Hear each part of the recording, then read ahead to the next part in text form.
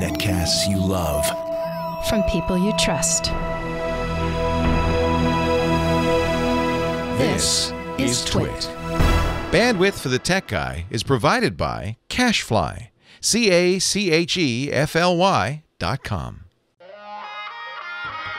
Hi, this is Leo Laporte, and this is my Tech Guy podcast. This show originally aired on the Premier Networks on Sunday, June 25th, 2017.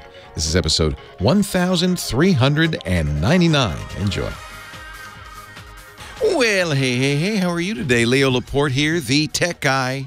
Time to talk computers, the internet, home theater, digital photography, smartphones, smartwatches, you know, anything with a chip in it.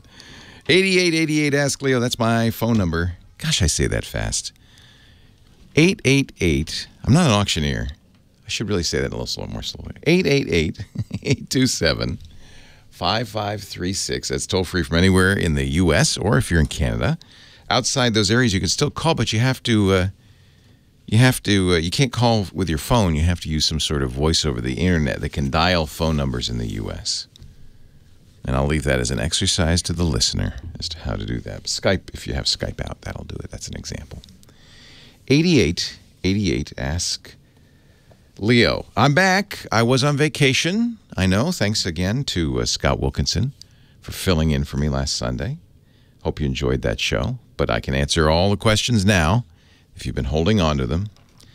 The website is techguylabs.com. While I was gone, somebody sent me an email, or maybe sent it to the company and said, you shouldn't let Leo, I am the company, so I don't know, I got it. They shouldn't let Leo go on vacation when there's an Apple event. Don't you think Leo wasn't happy about it? Unfortunately, Apple doesn't tell you there's an Apple event till about 1 week before the Apple event. And I'm afraid I have to plan my vacation a little better than that. So I was, in fact, flying to Miami during the Apple event on June 5th, 20 days ago. It's an interesting experience because the plane didn't have Wi-Fi. To be out of completely out of communication. There aren't many places anymore on the earth you can be that way, right? Completely out of communication. The plane lands. First thing I do, wheels hit the ground. I turn on the phone and say, quick, what did Apple say? And they kind of surprised me. I mean, I have to admit, they announced some things I didn't expect. They didn't do some things I thought they would, for instance, kill the MacBook Air. I thought, well, that's history, right? But no, they didn't do that. For some reason, they're still selling that. They did announce the new iPad, which we'd been waiting for since September of last year. The rumor was really strong that Apple was working on a 10.5-inch iPad. And Apple didn't release it until now. Now, they released it right away, and in fact, I got it while I ordered it from the plane. Apple makes it way too easy to buy stuff with Apple Pay. Before I'd even gotten off the plane, I had ordered the new 10.5-inch iPad. At no small expense, I might add. These aren't cheap. And I've had it now for a little more than a week. So I just wanted to give you kind of my take on this. And it's, as everybody has said so far, when you pick, if you have an iPad of any ilk, even almost even going back to the original iPad, and you picked it up, you probably say, well, yeah, that's very familiar. It's an iPad. I get it. It doesn't look that different. The operating system's changed, and if you have an original iPad, you can't use the new operating system, so that will look different. But other than that, if you have an iPad Air, you might say, and this is one of the reasons I think iPads aren't selling all that well anymore. People, these last 5, 6, 10 years, we don't know, and they last a long time, and people are happy, and they go, I don't need a new one, unless you drop it. Screen breaks or something, it's fine if you have one, and lots of people have them. So Apple did a few things that are, on the surface, incremental, what we call incremental improvements, the minor improvements. They put finally a decent camera in. It's always bugged me that I guess I sound a little bit paradoxical here, because on the one hand, I think it's really dumb when I see people take pictures with a tablet, especially if you're in an event and they're holding up a big old tablet and you can't see around it. And it just looks dopey. And yet I see it a lot. So it kind of bugged me that Apple never put a decent camera in their iPads. Well, they have now. the camera in the new iPad Pros, the 10.5-inch and the 12.9, is the same camera as in the iPhone 7. It's their latest camera. It doesn't have the dual lenses of the 7 Plus, but it's a very, very good camera. And, you know, I might have to moderate my disdain for people who use tablets to take pictures, especially video, because what a great viewfinder, right? You're seeing the picture practically at the size it is. So it's really high quality image. And by the way, this new iPad screen, remarkable. They've done a lot to make this screen more accurate, richer colors. And you don't notice it if you just hold it by itself. But if you put it next to an older iPad, I put it next to last year's iPad Mini, and it was noticeable. Much richer, deeper colors, more saturation. It's a very nice screen. But one more thing. It's a snappy processor. Snappy.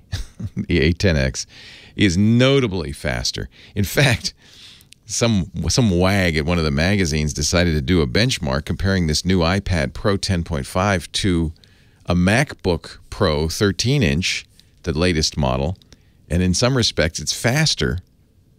It's actually faster than a MacBook, MacBook Pro, which tells you something. It's definitely faster than the MacBook, easily. It tells you that Apple sees the new iPads as really the future of computing, I think. They're really pushing these as a replacement for your laptop. And putting all that speed in kind of confirms that. But really, and I don't know if I could take credit for this. I think I have to give credit to my friend Renee Ritchie, who writes for a Mac blog called imore.com. Because he was the first to observe that what you're really looking at, this iPad as it is today, pretty much like any other iPad. But what you're really looking at is Apple doubling down on the future in a couple of ways. They announced they're going to update the operating system, iOS 11, this fall to include, especially on these iPads, more desktop computing features. You'll have a dock you can, like on the Macintosh, you can use to launch applications, and it hides. And you'll have drag and drop. You'll even have a file manager, which lets you, in a limited way, look at the file contents of the iPad, something no one's ever been able to do before, but that's something a computer user wants. So that's one thing. The other thing Renee pointed out is, well, with this processor, this camera, this screen, Apple's making a product for augmented reality. And that also, Apple has said many times, Tim Cook has said it many times, the CEO of Apple, is the future for Apple. They want you to be able to hold up an iPad, use the very high quality camera to point it at the real world, and then have developers be able to interact with the real world, placing objects, 3D objects in the real world. IKEA's already announced they're going to do this so you can see what that IKEA bedroom set will look like in your bedroom. You know, you just hold up the iPad, look at your bedroom through the camera, and then press a button, and the IKEA furniture's there, and you can move it around. And it looks like it's really there. You can walk around it. You can go behind it. You can move it up and down, and it really looks like it's there. And to that end, Apple released some software at the developers conference 3 weeks ago, called AR Kit, Augmented Reality Kit, that makes it very easy for developers to do this. In fact, there have already been a number of demo programs that have come out, like okay, this is dopey, but a fidget spinner. You know those spinner things? You point the iPad at your coffee table, and you press a button, and a fidget spinner appears, and you can spin it on the screen, and it looks like it's spinning on your coffee table. Okay, that is not a good example, because that's the most trivial use. But maybe the IKEA example is a little bit better, and there's a lot more to come. So now we kind of a little bit understand, compared to, say, Microsoft, Apple's vision for augmented reality. And I think that's really what the iPad's telling us, is where Apple plans to go. The iPad, as it stands today, looks just like any other iPad. But what the iPad tells us is two big things about Apple's future. One, computing's moving to the tablet, for sure, and away from the Macintosh. And two, they have big plans for augmented reality that looks very different from all these other guys who are making the visors and the things you have to wear. And I'm not sure I'd bet against Apple's plan. I think it's a pretty good idea. All right, that's my sermon for Sunday. Now let's go to the phones. Leo Laporte, the tech guy. Are you a little burned? I'm just nicely glowing. Yeah, a little red. Maybe it's the camera. Yes, that's what it is. You've been in the sun, but that's good. You should enjoy the sun. I have a lot of time on my hands. I've been enjoying the pool. Good. That's what you should do. That's actually what you should do. So you have been here laboring since early in the morning. Welcome back, by the way. Thank you. Your trip looked amazing based on the photos. Thank you. Yeah, I posted photos in a few places. I guess the best place to go is my blog, leolaporte.com. And there's a sway. I use this Microsoft slideshow thing, which was probably a huge mistake because there's no, it turns out, I've been looking, there's no way to export it like to a movie or to anywhere else. So as long, I mean, it's okay as long as Microsoft keeps Sway alive, but who knows? Anyway, it's a temporary thing, but you can find it at leolaporte.com. A little slideshow of my trip. Well, we'll just continue that conversation because Alan in Santa Rosa is actually going to the Galapagos. Oh, the lucky dog. And he's talked to you before about it, I think. But he has some questions on photography. Thank you. Well, that's... So you'll know all about it. I won't be able to shut up. Thank you, Kim. And hello, Alan. Let's see. Let me make sure I push the right button. Leo Laporte, the tech guy. Hi, Alan. Hey, Leo. Welcome back. Thank you. I'm very happy to be back, believe it or not. That's the best thing about travel. You probably know you're a traveler. It makes you appreciate your home. It's fun to get home, but it's fun to be abroad, too. Yep. I kind of like both. Yeah, I came in for the first time to the studio a couple of months ago, and we talked about the fact that you were going and I was going, and I didn't catch your show yesterday, so I don't know if you commented on it, and I'm just going to your leolaporte.com to look at your photos. We don't expect you to hear every darn show. Well, I do. But I'm a wide-angle kind of person. I do panoramic photography. I used to have film Noblex and round shots. So I don't have any long lenses in my arsenal. And I wanted to find out about the nature photography in Galapagos. How long a lens did you use? What focal lengths were most of your shots taken at? Longer? You want a good zoom. One of the things, I had the same question before I went is, well, I heard the animals walk right up to you. They don't walk right up to you. Maybe they used to walk right up to you. They're not particularly afraid of you. You're encouraged not to approach them. The Galapagos is highly protected, and it's a national park of Ecuador. And the rule is that you can't touch the animals, you can't interact with them, and you must stay 6 feet away from them. Now, I had one instance where a giant tortoise actually started coming for me, and I didn't know what to do, so I shouted. You're always you cannot go alone, by the way. You're always accompanied by a trained guide from the Park Service. I shouted, "What do I do?" And she said, "Just freeze, don't move." So I didn't move, and the tortoise, which can't really see or hear very well, only can feel vibrations, just walked right by me. The funny thing there is I had a very long lens because I was taking telephoto pictures. I carried with me a 70-200 lens for my Canon 5D, and with it a 2x extender. So most of the time, I was shooting 150-400. Wow. Okay. And the sad thing is that this tortoise walked right up to me, and there was no way I could get a shot because he was next to me, and I had this super long lens on. Most of the time, though, for birds, and there's a lot of seabirds, you spend a lot of time in the Galapagos, at least we did, and I think this is pretty common, on little rubber Zodiac boats sailing around.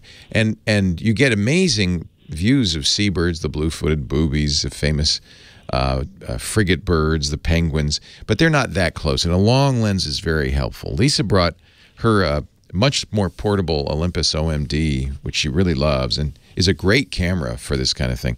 And she had a 14-150, but remember that's a crop lens, micro four thirds. So that's effectively 1.6 more. Double. Yeah, it's almost double. Yeah, or I guess MFT is double. You're right. So she had even 28-300.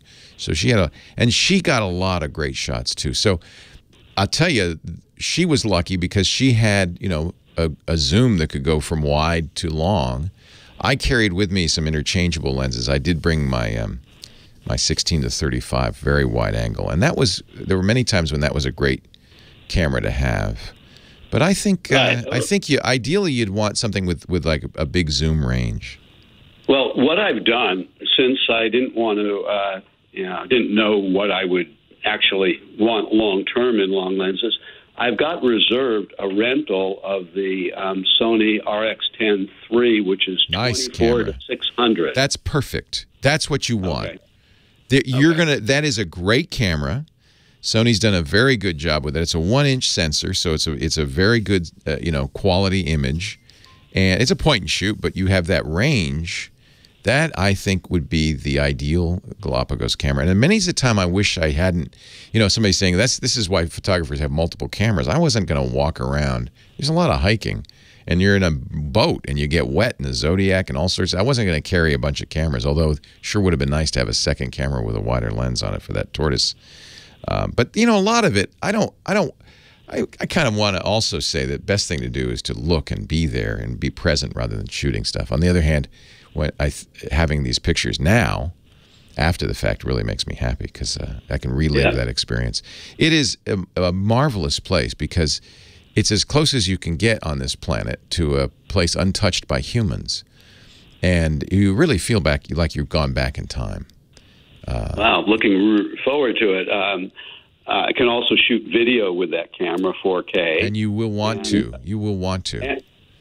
And I'm bringing an action camera and a gimbal to be able to shoot that, and also go when we go snorkeling to go underwater. Yeah, bring underwater housing. I wish I'd had an underwater camera because the fish, are as varied as any tropical paradise. I mean, and they come from all different parts of the world. You see a remarkable array of fish underwater, and not to mention the beautiful manta rays, a wide variety of sharks.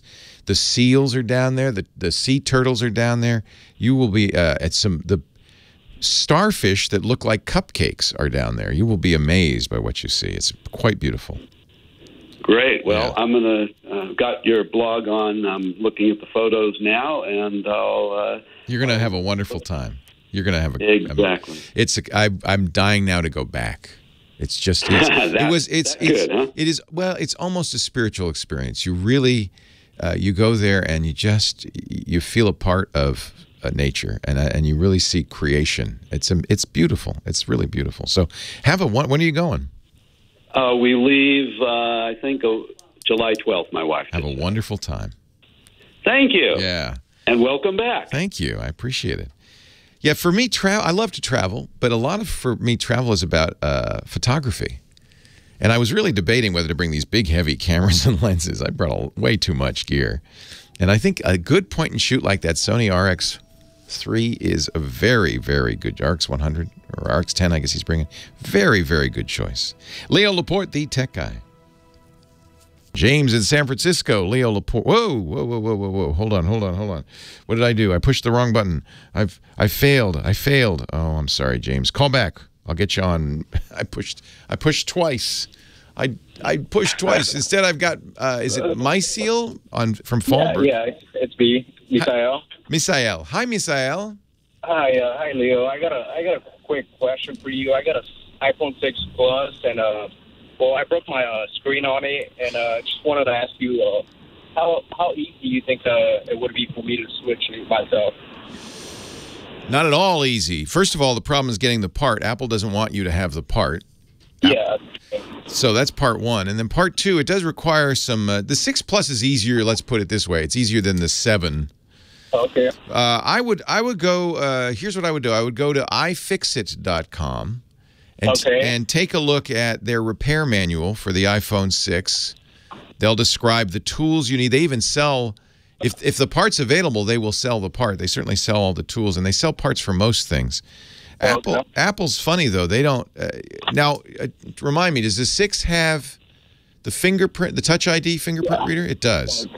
Touch ID. So one of the things Apple has a problem with is in order to replace the screen, you're going to replace the Touch ID fingerprint reader and a secure store. And so Apple disables Touch ID on a third-party repair. They want to do it because in their opinion, that's the only way you can keep that secure.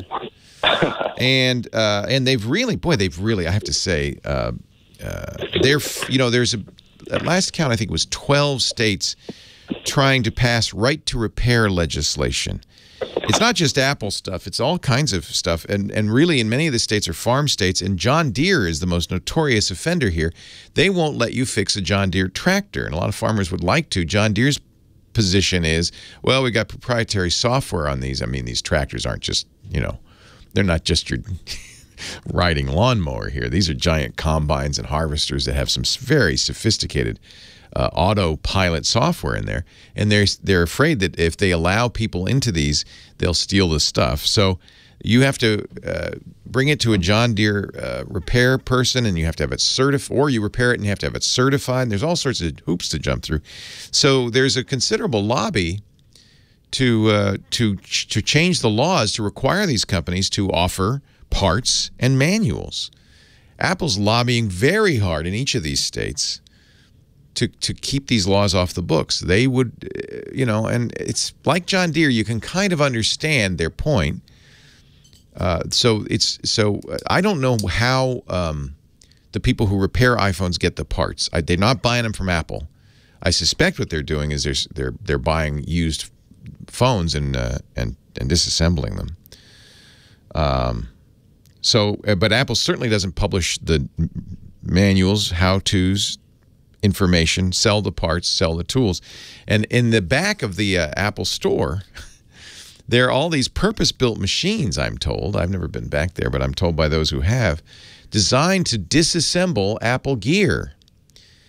You know, special boxes and things. Special tools. And Apple, you know, this goes back to the very earliest days of Apple. Steve Wozniak, the designer of the Apple I and Apple II computer, believed, as many of us do, that computers and technology and devices of all kinds should be open, repairable. People should be able to hack with them. That's where innovation happens. Steve Jobs hated that idea.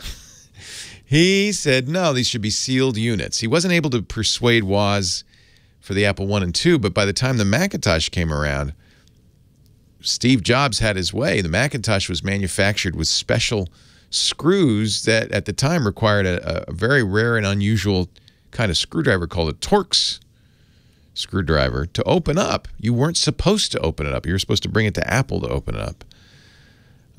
And it's only gotten worse since then. If you go to iFixit, ifixit.com, specializes in making it easy and teaching people how to repair stuff. And what they do now is they tear stuff down to figure out how it's put together. They also give it a score, what they call the repairability score. And they count, you know, things against you that make it hard to repair. For instance, as more and more manufacturers glue things together instead of screwing them together, that really reduces their repairability because it's hard to take apart things that are glued together without breaking them. So I'm just going to visit iPhone 6, the iPhone 6 page at iFixit. And you have a 6 Plus, but it will be similar. Let me just see what their repairability score. 7 out of 10. That's good. The latest iPhones, 9 out of, I think close to 1 out of 10. 7 out of 10 is very good. So I think, and you'll see they have how to replace the screen, and they may even have parts there. This is a great place to start anyway, to see, first of all, what it takes to repair it and decide for yourself whether you have the will to do it.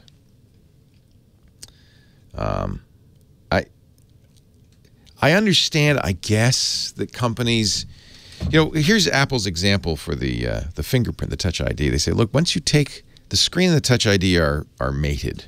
When you replace one, you replace the other. And once you do that, you compromise the secure store where this identity information is stored. Now, at that point, we can't guarantee that that's going to be secure. In fact, there was well, Apple said it was a bug. Some said it was intentional. There was a software flaw in iOS that if you did do this, the whole phone bricked. It crashed and was unusable. Apple apologized and fixed that once people discovered it. I think I would say it's a good idea to encourage with your dollars these companies to make these devices more repairable, because more repairable also means less landfill.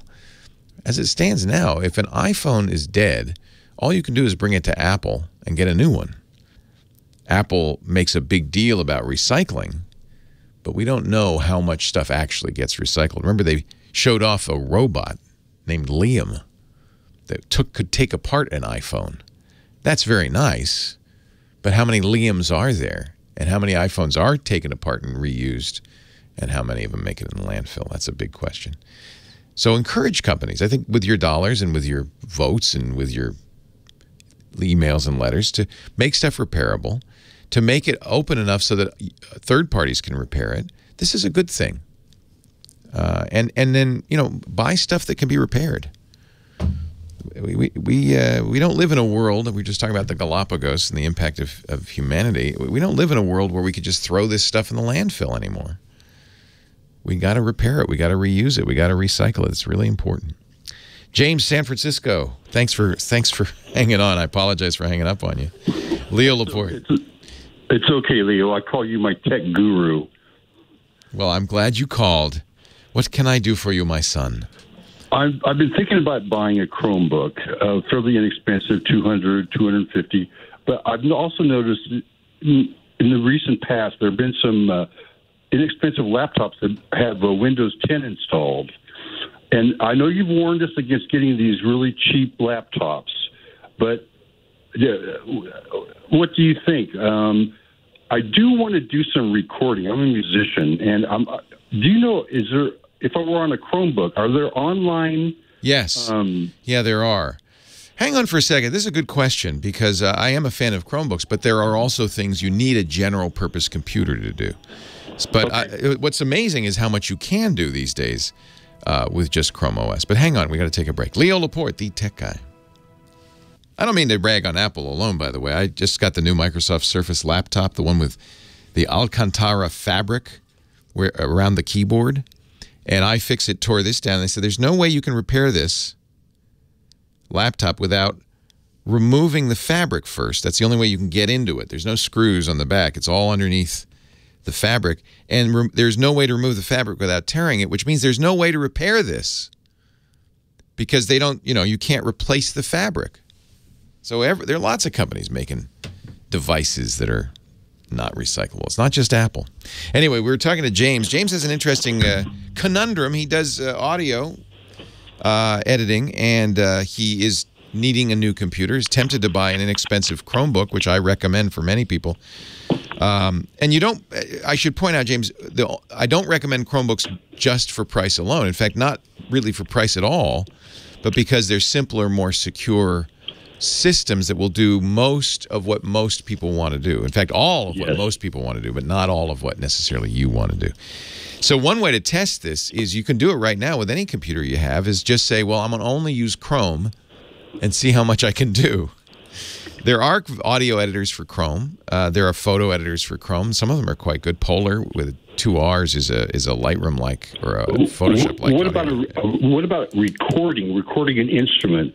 Yeah, see, I don't. That's a really good question. I would guess not to the quality you would like. And any laptop that's running a general-purpose operating system, Macintosh, Windows, or Linux, has a variety of great recording tools.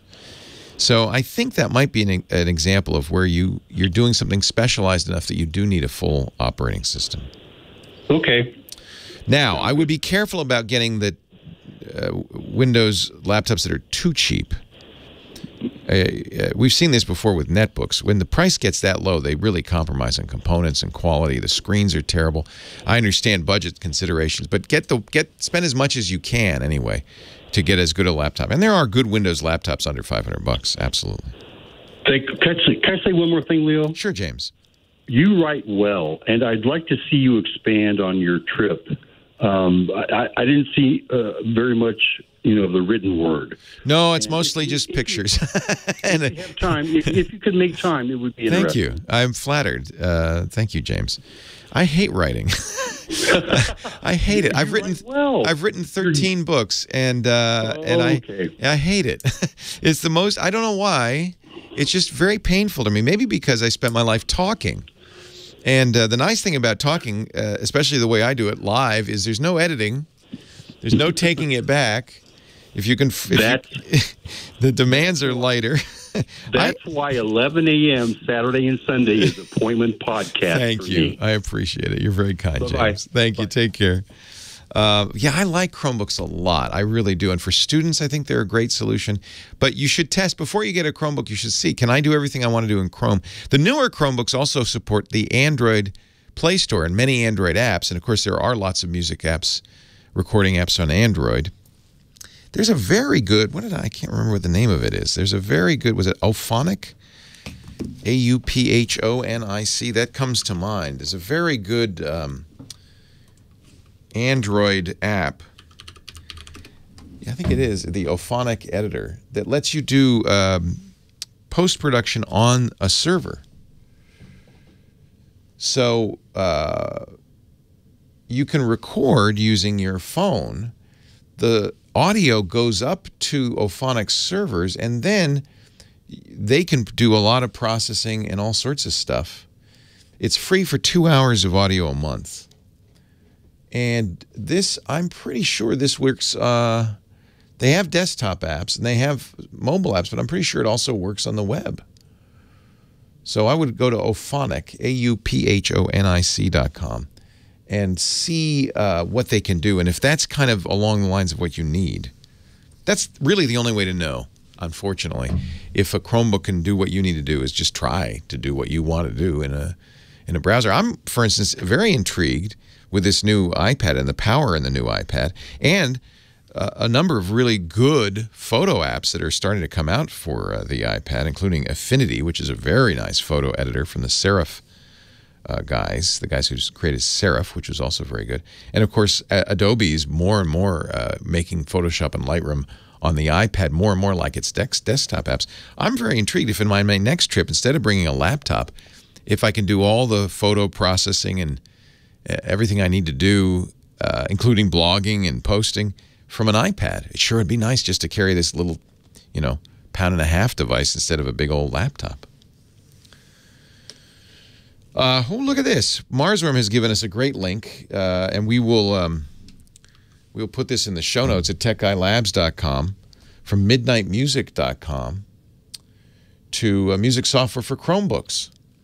And then he also gave us a link to a Reddit thread in audio engineering on DAWs, which is digital audio workstations, and sequencers on Chrome OS.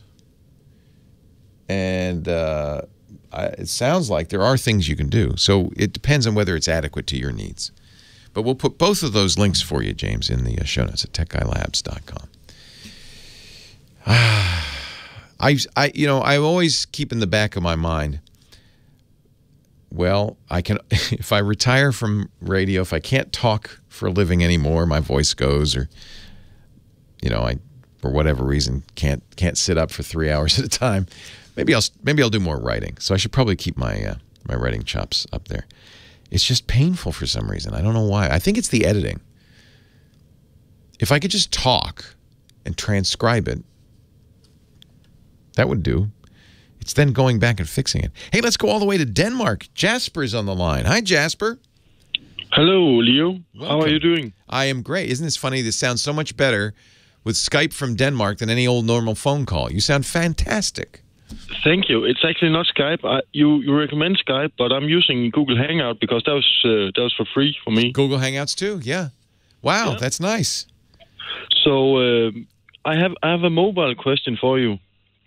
I'm guessing it's my Wi-Fi on my OnePlus 3 is giving me hiccups. Uh-oh. It seems like it has a hard time connecting to my Wi-Fi because it has a lag, and sometimes the apps are not responding and gives me a sort of timeout error. What I've done is... Do you have this problem everywhere? If you go to a coffee shop, is the same thing? I only have used my Wi-Fi at home. I'm just using 4G. I would try just to see. I would go somewhere else, maybe use a friend's Wi-Fi or just somewhere else, just to see if the same thing happens, because that will narrow it down. It is sometimes the case that your router and a device don't play nice together. I've seen that happen. It worked fine for a year or so, and it made me update my firmware on my Wi-Fi, and I also did a factory reboot on my phone. How about other devices? Is your Wi-Fi act normally on a laptop or? Yeah, also my iPads and laptops. There don't seem to be a problem. Okay. My Sonos, it's also have a hard time reaching my Sonos. Yeah, I mean, it's hard to be definitive when you're talking about radio frequency, and this is the problem with Wi-Fi. In fact, we just had a great conversation yesterday on our Screensavers show with Jim Salter, who's a Wi-Fi guru, an engineering expert, who's written a number of articles on why Wi-Fi is so bad. He's testing Wi-Fi routers right now for the Wirecutter, and it is a black art, frankly. I mean. And it may be that the OnePlus 3's Wi-Fi is deteriorating, you know, maybe, but usually something like that will either work or not work. You know, it's hard. We were just, I was just reviewing the OnePlus 5. I don't have a copy, but it's the new OnePlus phone. Yep. And somebody on, I think it was on Reddit, said, all I have to do to take this phone off of my 5G Wi-Fi network is touch it. Wow. And this is the problem with radio frequency. Yeah, clearly touching it detunes the antenna in the phone, and it, for some reason, really affects the 5G. I don't know if 2.4 is affected. Apparently not. But he shows a video. There's a video of him looking at, you know, his connection, his 5 gigahertz connection to his Wi-Fi, and he touches the phone, and boom! It completely attenuates. It's like the iPhone. Remember the iPhone 4, where if you held it in a certain way, you'd break it? So this is the antenna outside. Yeah, and this is just kind of the nature of these things. I can't tell you what's wrong, but it's certainly possible it's the phone. It's also possible it's an interaction, that it's an unusual interaction between the phone and the Wi-Fi router. And that's why I think one thing that would be worth doing is trying that phone on somebody else's Wi-Fi, just to see if the same thing happens. It also can be settings in the phone, and that's something you might want to investigate as well. Out of time, though. Nice to talk to you. Thanks for listening in Denmark. Leo Laporte, the tech guy. Well, hey, how are you today? Leo Laporte here, the tech guy. Time to talk computers, the internet, home theater, smartphones, smart watches. We'll be talking digital photography with Chris Marquardt in about half an hour, our camera guy. He'll be joining us live. He says he wants to grade my photos. Oh, no. Oh no. 8888 Ask Leo is the phone number if you have a question, a comment, a suggestion, and I mentioned it a couple of times, but I'll mention it again. There's a website just for this show. It's free. There's no sign up. I don't have a newsletter. I don't want your email address. I don't make you pay for access. It's wide open, and it's there for you. It's there as a resource, techguylabs.com. And every page is a show. Within every show, we break it down into hours and then questions. So you can go right to the question you want. You can read our text summary, but you can also listen or watch because we put video of it after the fact. techguylabs.com. techguylabs.com. Let's go to Stacy in Los Angeles, our next call. Hi, Stacy. Hi, Leo. May I just tell you that you make it so much easier for me. I am kind of tech-phobic, and I find it really helpful to listen to. Thank you for that. And it is important, I know, even if you hate tech. No, I don't hate it. I'm just afraid of it. Yeah. Well, it's like math, too, you know. Even if you're not comfortable with it, we kind of need to know it now, don't we? No, please don't make me solve an algebra problem. I won't, I promise. No, I promise. But it's like that, right? It's just something that gets in your head, and then you just, I don't like it. I don't like it. And yet, you know, we're surrounded by technology now. We got to use it. Exactly. All right, so I'm calling because I would like a dash cam. Unfortunately, someone ran a red light and totaled my car. There are no cameras at that intersection, and it's her word against mine. And then also, my brother is an Uber driver, and with all the news lately about problems with passengers and drivers. Yeah, if I were a driver of any kind, I would absolutely have a dash cam to protect yourself as much as anything else. Exactly. Yeah. So my first question is, do I know that the dash cams face the street, but are there some that also record what's going on in the interior of the car? And of course, cabbies and Uber drivers are the ones who buy those, a lot of them. So the company that, so it's an interesting, this is a huge category, and there are a million of these, as you probably have noted, as you wandered around on Amazon and on the net. That I did, and that's why I called you. A ton of Chinese companies that make them, and I don't have a lot of experience with them. I don't use one, and I haven't had a chance to really try a bunch out. I'll tell you a couple that I'm told often are very handy. Garmin, which is very well known as a GPS manufacturer, desperate to find another business, is starting to make some, I hear, very good dash cams that go forwards, but backwards and forwards, I'm not sure. Let me look and see it. But anyway, Garmin would be a name to at least investigate and see what their range is. And because they've been around for a long time, we know they're a high quality company. The chat room is telling me that there's a company called Blackview, BLACKVUE, that does have dash cams that go backwards and forwards. And a number of people, I've heard this name time and time again. It's not a name I'm familiar with otherwise, but a number of people say. Now, the issue, of course, the other issue is going to be installation and which ones are easiest for you to use. The last thing you want is a cord coming from the camera plugging into your cigarette lighter adapter and all of this stuff. So, that's kind of complicated.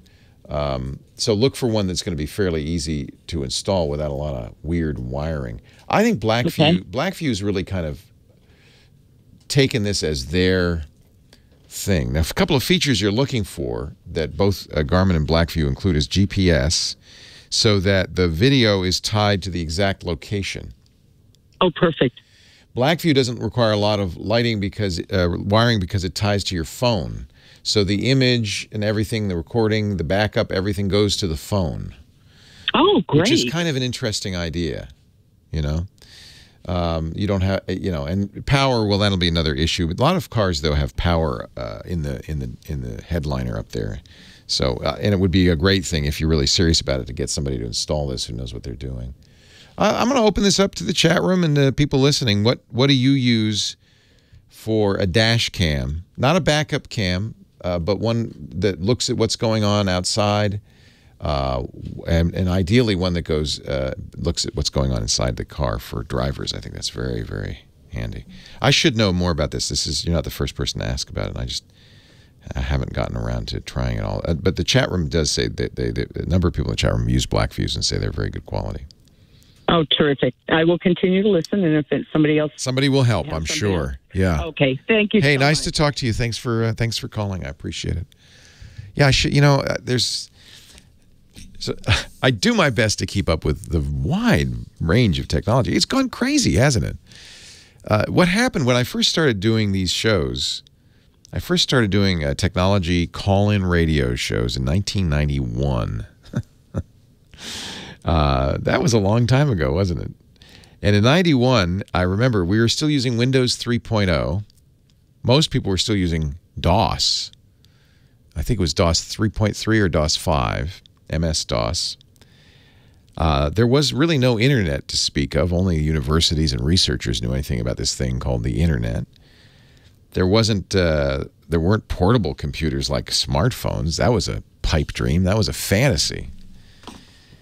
And now, because computing has gotten so inexpensive and the chips have gotten so small, and really thanks a lot to the iPhone, to the evolution of portable computing, and really the ramping up of manufacture and innovation around things like the iPhone, we're seeing what we talked about 20, 30 years ago as, in the future, is now here. What's called ubiquitous computing. You have, instead of a single very smart device sitting on your desk, you have little computers everywhere.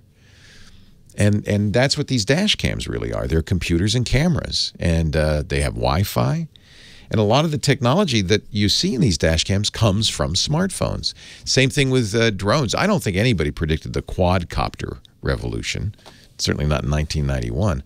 And they wouldn't exist if in 2007 Apple hadn't created the iPhone and driven a market for tiny, inexpensive, and when I say tiny, I mean molecular-sized accelerometers, cameras, and the smarts to drive these quadcopters, not to mention that in many cases these quadcopters remotes are in fact your smartphone. So it's been a fascinating thing to watch. Everybody, you know, wasn't much of a insightful prediction to say. In fact, Gordon Moore did it more than 40 years ago. That just to say we're going to see a massive, exponential increase in computing power. He predicted that computing power would double every 18 months. He did that 40 years ago, and he was right. It has. But maybe what we didn't see was that it would get smaller, that it would get more efficient, that it would get more powerful, and that the price would come down to almost nothing, to incredibly low price. And some of that's driven by manufacturing processes that were prompted by the sale of hundreds of millions of iPhones. So if I knock Apple and the iPhone, I should also really thank them, because that has jump-started an amazing thing. And, of course, now we're hearing about the Internet of Things, right? Every device in your house will someday be connected to the Internet. Not just your cameras and your TV set, but your refrigerator and your microwave oven. I have a toaster oven that's Internet connected. That's crazy. Buzz in Huntington Beach, California. You're next. Hi, Buzz. Hey, how you doing? I got to warn you, I got about 15 seconds, so I picked you up, but I'm going to get to you in a second, okay? But we do have to take a break, okay? You have issues with your mail, right? And I know what's going on. 20 years automatically logging in. All of a sudden, this two-factor authentication. I go to... I know what's going on, and I can fix it, but I'll have to do it right after this. Leo Laporte, the tech guy. Let's say hi to Buzz in Huntington Beach. Apple has thrown a monkey wrench, I think, into a lot of people's systems by requiring two-factor, which is a good thing. But it can screw up things. What do you use to get your email? I'm using Mac Mail. I've been one of those stupid people that a long time ago I used to pay $100 a year for it, and it's worked seamlessly. I've never had to re-input my password. It just automatically has been logging in for 20 years. Well, the two-factor, I've gone to their website, and, I figured, okay, if I forgot the password, let me go to my keychain and see if I can sneaky get in there and turn the password button on, which I did. And it accepted my password that I've been using to change apps and so on and so forth, and it showed the password that I thought it was. I put the password in, and it won't let me into Mac Mail. Yeah, I mean, that's puzzling. A lot of third-party applications which don't understand two-factor authentication may require, and this is a problem you'll see with other companies as well, something called a temporary application password or an app-specific password, and you can generate those. Right, this is direct, Mac Mail. Because it's Apple's own mail program, it should absolutely understand two-factor. It's not accepting the password it's been accepting for 20 years. Yeah. Let me ask the chat room if anybody's had that issue. I have two-factor turned on, but I don't use Apple's mail program. So what I do is I have to go through some hoops. Are you getting iCloud mail? Who's your mail provider? The mail provider is Mac Mail or .me or it's iCloud. Okay, so it's iCloud. So it's the iCloud mail. Yeah. iCloud or Mobile Me won't accept the password, but I did get a chance to go to Apple ID and do all the changes, and it accepted my password, and I've changed it and everything, and they made me change my password. What's supposed to happen, the way it's set up, and I'm not crazy about this, but this is the way it sets up, is that you enter the password, and then Apple will send, kind of flag you on your other Mac devices, your other Apple devices. I think Apple's really having problems, frankly, with their two-step authentication. And I'm not sure exactly what's going on. I would suggest a call to Apple.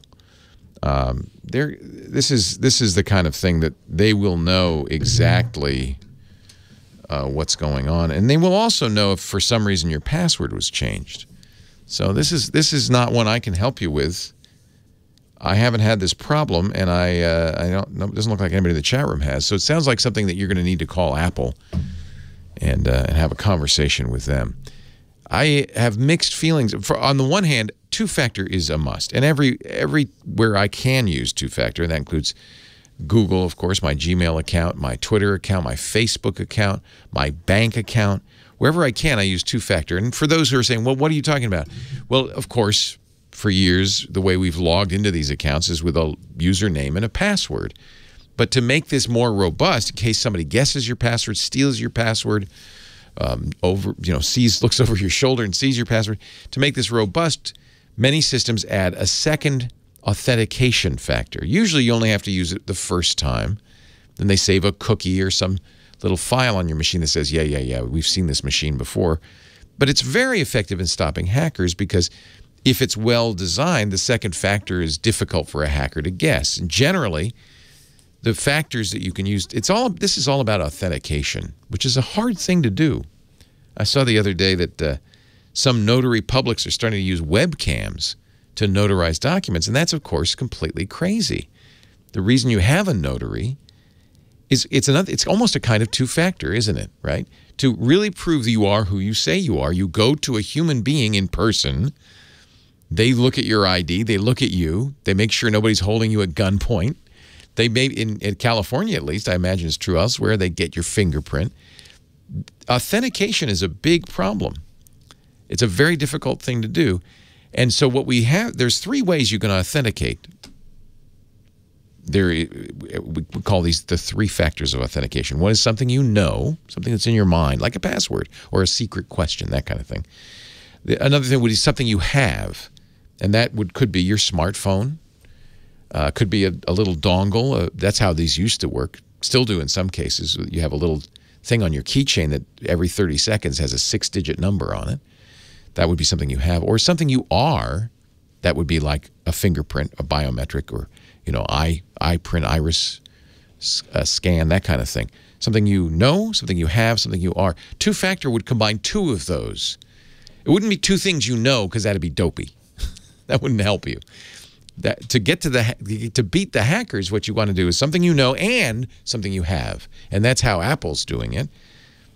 You enter in your password, and then it says, okay, we've not seen this machine before, or you've not logged in on this machine before, so we're going to send you a code.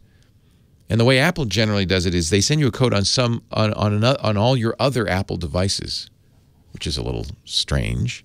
Your bank might do it by sending you a text message. That, by the way, is not a super secure way to do it because phone numbers are easily stolen and spoofed. But a text message, probably the best way to do it, and I don't know why Apple doesn't support this, is with an authenticator program. This is how Google does it, how Facebook does it. You have a program that generates time-based 6-digit codes. Every 30 seconds, they refresh. They're only good for 30 seconds. That code is based on a secret number that is yours and yours alone and the time of day. If you have Google Authenticator or Microsoft Authenticator or Authy, there are a lot of authenticator programs on your phone. You've used this before. When you log into Google, it says, all right, well, what's your 6-digit code? I guess this must be hard for people because everybody, Apple and Google and others, they're going to other methods, which may or may not be more secure. I think the authenticator method's great. Somebody would have to have your phone and have it set up. If they steal your phone and they've got your password, well, I guess then they can log in. But that's why we have passwords on our phones, right? Make it even harder. So Apple is doing something that is not like anybody else I've seen, and it kind of maybe it's because then you have to have more than one Apple device. I don't know. What do they do if this is your first Apple device? I don't know. Do they phone you? Do they text you? I don't know. Remember in the old days, somebody's reminding me, Boz is reminding me, in the old-fashioned days, you would get a pin mailed to you, right? By the U.S. Postal Service. The notary is really a form of two-factor. So Apple's system, they send a text. Jack says they'd send a text. Okay.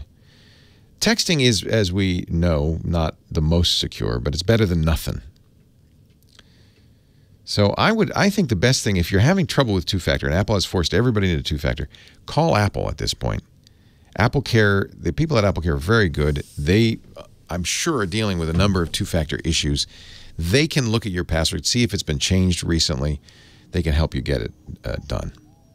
Chris Marquardt is going to grade my photos. when we come back, we'll talk to the photo guy, Leo Laporte, the tech guy. Chris Marquardt is here. He's our digital photographer, my personal digital photography guru. I do want to thank you because, every time I go on a trip, I take too many pictures. Lisa took 4,000 on this trip. I took 4,000. We came back with 8,000 images from a 2-week trip.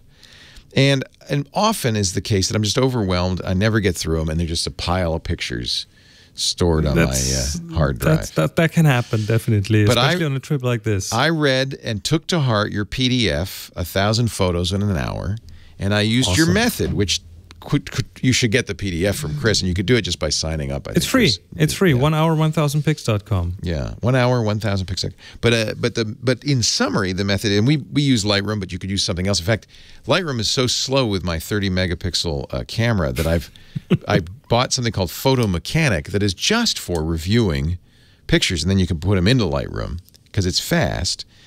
And so the trick is to go through all your photos in kind of and I did this every night, Chris, in a very kind of relaxed fashion. Just say that's good, and then which takes out about half of them are out of focus or screwed up or whatever, and so you're without being too judgmental doing the pics. Then you have a very sneaky trick in Lightroom, which is the refine command, which basically unflags everything you flagged, but then rejects everything you didn't flag. So now you have a pile of unrejected photos and a pile of rejected photos. You don't have to delete the rejected photos, but you also don't have to... That's kind of the trick. That's a psychological trick. You don't have to look at them either. Then you go through, and this is the second stage, you go through and you score all the photos. And I like your system, 1, 2, or 3 stars. 1 star is, yeah, that's a keeper for personal purposes.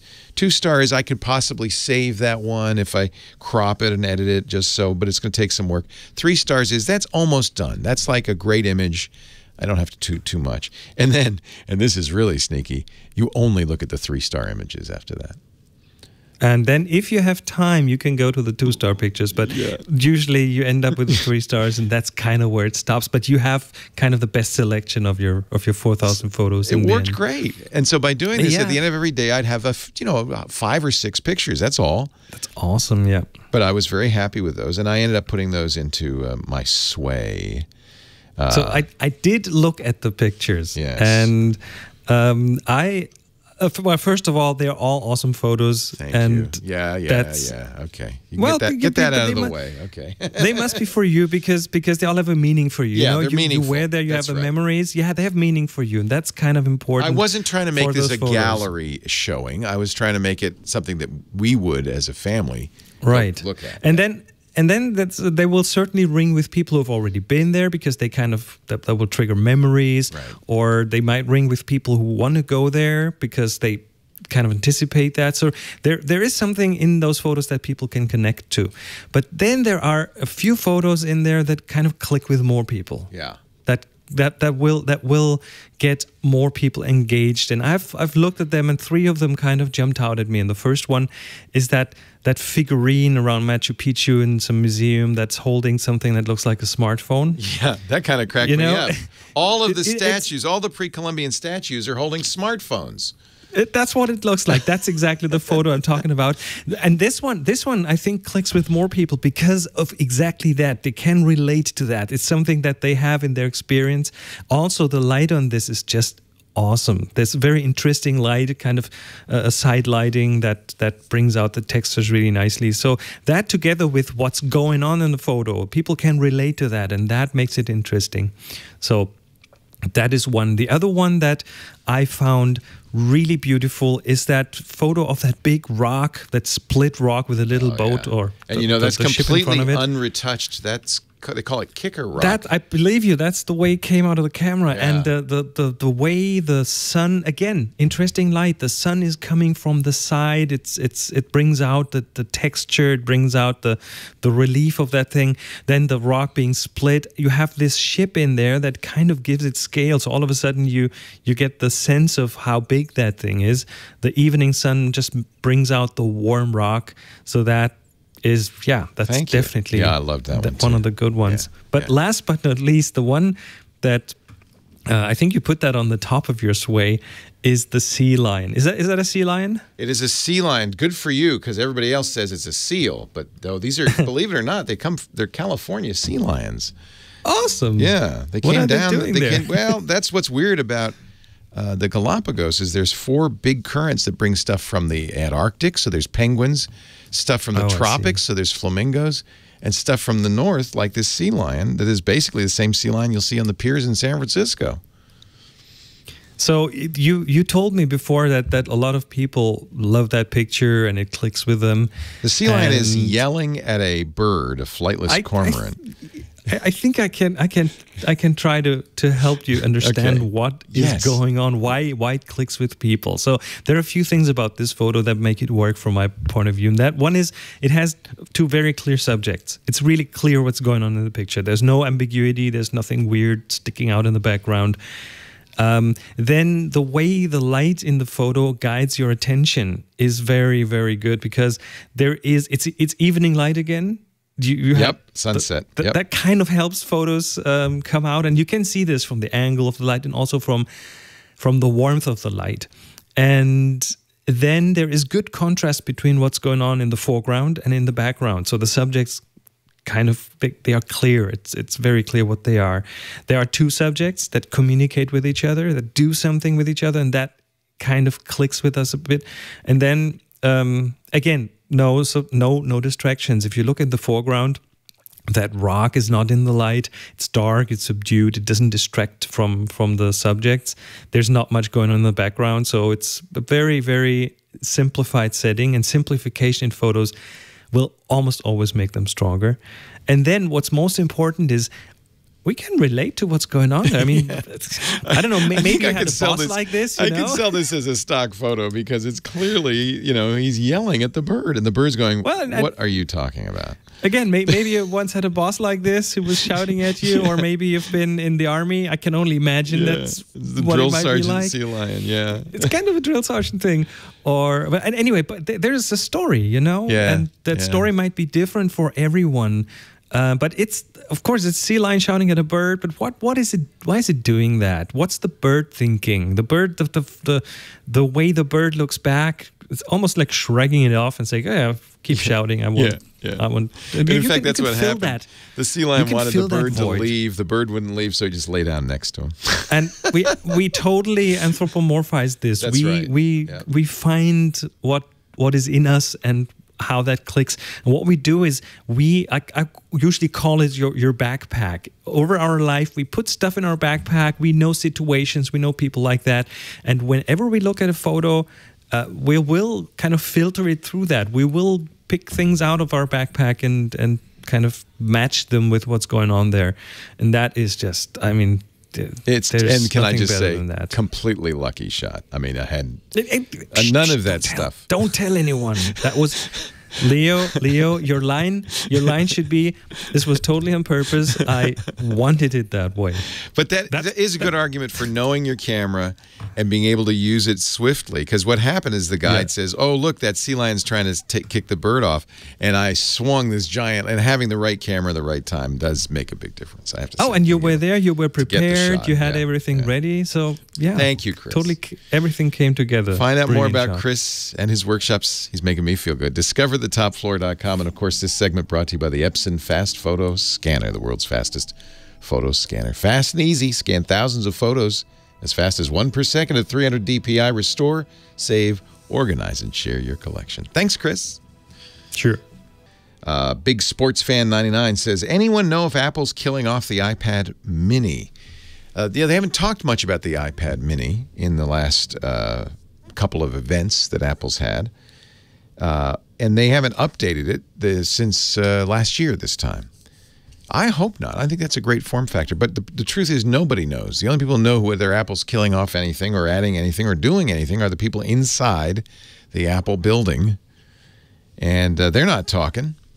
In fact, we heard a very interesting leaked audio tape of an Apple staff meeting about not leaking this week. It was kind of a funny leak. Somebody leaked the meeting telling people not to leak. But they show some movies. They explain why it's not in Apple's interest, how disappointing it is for the teams when people already know what Apple's going to announce. And I think I understand that from the point of view of Apple's business, not letting, having people not know what's coming is, it's better from their business point of view. For one thing, if you say, we're going to replace the Mini with a better Mini, nobody's going to buy the Mini until you do that.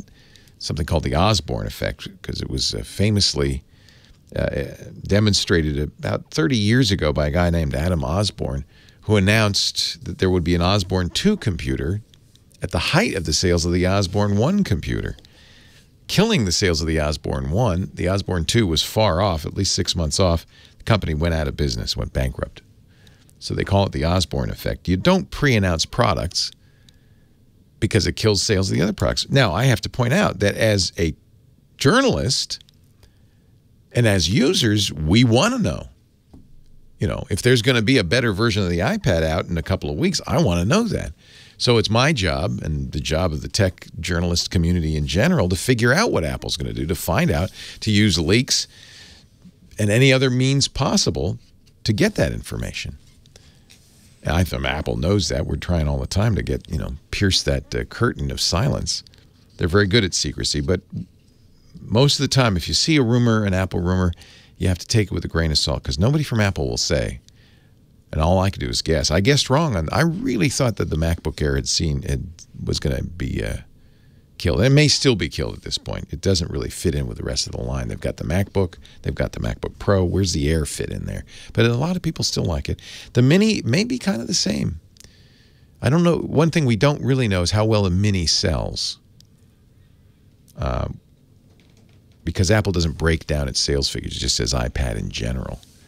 Be my guess, the Mini doesn't sell very well. If there's an iPad that really doesn't sell well, it would be the Mini. In fact, some have guessed that the poor sales of the Mini are what drag down iPad sales in general. And the reason I would guess it doesn't sell well is because it's so close in size to the largest iPhone that people probably just buy the iPhone and forego the Mini. I like the Mini. I have a Mini. I bought the Mini last year, the new one, and it's a nice size for, when you're lying in bed and stuff. Having a little bit of a smaller one's a good size for travel. Don't know. And no one does know until Apple does it. Our show today brought to you by a Carbonite online backup. Goodness gracious me. Good golly, Miss Molly, if you're not backing up, you're going to lose data. You will lose data. Hard drives fail.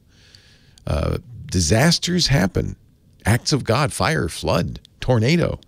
And, of course, there's always human error. And that may be the most disastrous disaster of all. Oops, I fat-fingered that file. It's gone forever. Or worse, you've got a perfect spreadsheet. You're ready to send it off to the boss, and you think, I just want to change this one thing, and you mess the whole thing up. Now, with Carbonite, you don't have to worry, because there's good copies of everything you do on the Carbonite cloud, away from the premises. That means it's safe even from acts of God. Thunder and lightning and fire and tornado and giant sinkholes can't do it because you've got everything up there in the Carbonite cloud. I want you to try Carbonite. You can try it free for your home or for your office. By the way, the worst act of God here, ransomware. You're safe from that too. Go to Carbonite.com. Pick the plan you like. Try it free. One thing I'd ask, though, use my name Leo as the offer code. That way you'll get 2 months free with purchase. Yeah, 2 months free. You got to back it up to get it back. Do it right. Carbonite.com. Wendy, Los Angeles. Leo Laporte, the tech guy. Hi, Wendy. Hi, Leo. How are you? I am great. How are you? Well, I'm driving, so I'm going to pull right the heck over.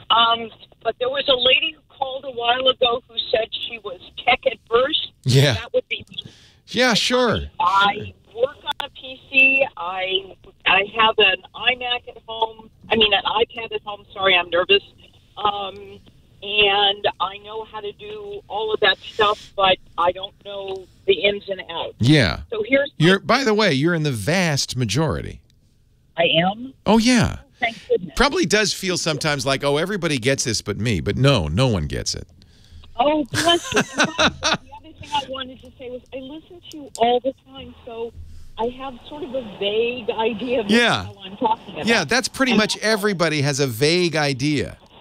That's pretty much everybody except the engineers that design this stuff, and they're the only ones who really understand how it works. And it's locked away in their brains. Well, you know, the funny thing is, it's when you reach a certain age, people assume that you are just stupid. Not that I'm stupid. I I've never know. liked That's shameful, and I know, but I know that. Yeah, and that. Okay, so you young whippersnappers, you don't know nothing. You don't know. Actually, the truth. And let me say this one thing, Wendy. It is true that there's a whole generation growing up that knows how to use these, but has no idea how they work. And you know, because they've grown up with them. And so they kind of they've internalized things like, well, you Google for that and you read this page. But if something broke or they had to diagnose something or they had to troubleshoot it, they wouldn't know where to start. And they don't care. I didn't know that. Yeah, any more than you would know what to do if your toaster or your microwave broke. It's just a thing for them. You've met me. But they certainly can't write. They certainly cannot write in cursive, but we won't go with that. You know, good news. You'll never have to write in cursive again. Well, you know, the funny thing is, though, that they've released surveys that if you take notes in cursive, it sticks in your brain. Interesting. I'm a trial attorney, and I take notes in handwriting because I remember everything now. Interesting. Do younger attorneys in court sit there with laptops? How do they take notes? They have to write, right? Yes. Many of them now are taking it's computerized. Interesting. And the judge doesn't say, stop that clickety-clack, you're annoying me? No, because the judge is on their own computer. They're all on their iPhones playing it's Candy Crush Saga. That's interesting. But the interesting thing is I'm actually on a jury of all things, and there's a good old-fashioned notebook and pen. Yep. And that's what they give us. Oh, I know. When I served on a jury, boy, the judge would take your phone if it went off, if it rang. He says, give me that. You betcha. You betcha. Yeah. Okay, so here's my question. My 18-year-old actually graduated high school without me killing her. So now she's going to college. Quite an accomplishment, yes. Right. You have no idea. So yes, I do. She has the iPhone that I made her work to buy when she was 13. Good that was for 5 you. years ago. Yeah. Yep. She hasn't updated it. I mean, she'd like to get a new one, but hasn't because I won't pay. Right. But I did tell her that if she got through algebra, by God, I would get her a Mac, whatever you call it. I want to say desktop, but that's the wrong thing. No, so, a laptop, probably. Right. So she's going to college next year. God willing, or yes. this fall. So, and do you know what she'll be studying? General ed for the first year. Yeah, right, of course. Nobody knows what they want to do. She's not a graphics person or a computer person or any of those things. Okay. So I had gone to the Apple store and I talked to somebody and I said, I want to get the and he said, no, you want to get the blah, blah, blah. That's because the whole Apple marketing plan now is to sell you these iPads as computers. In fact, you've even seen ads probably that say everything your laptop could do, the iPad could do. Lies. Right. And I was fine. Right. And I was fine until I heard you today because I put on the radio and you said, blah, blah, blah, iPad, the new ones are going to do this. This is Apple's goal, is to make them more and more like a computer. Now, Apple's not said this, but I am firmly of the belief that Apple doesn't want to make Macintosh computers very much. They do make a few of them, but they really see their future in mobile touch devices. But that's not where we are today.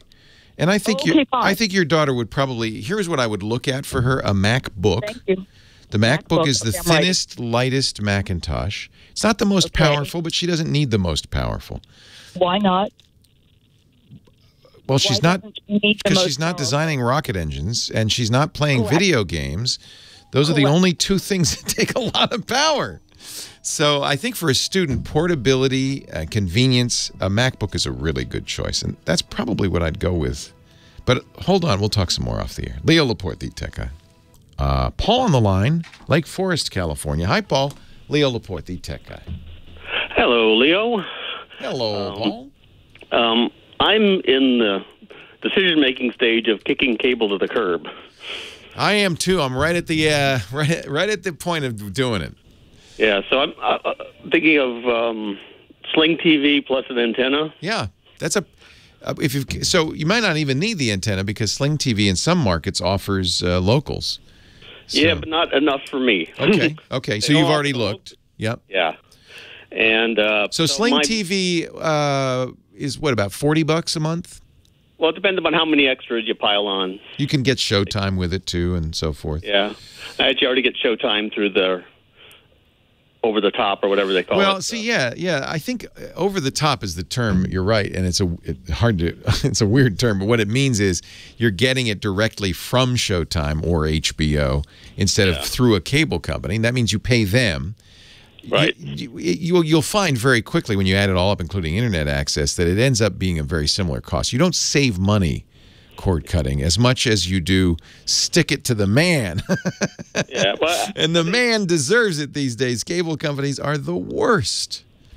I think in the basic cable service, I still would wind up saving a bit of money because I'm pretty sure, I'm paying close to $200 a month. Oh yeah, cable and internet. Oh yeah, you'll cut that in half. And because you have an antenna and you get over the air, you're gonna truthfully over the air is the best quality. If you got a good signal, it's the best quality HD you can get. Yeah, the only thing is I would want a DVR for the over the air.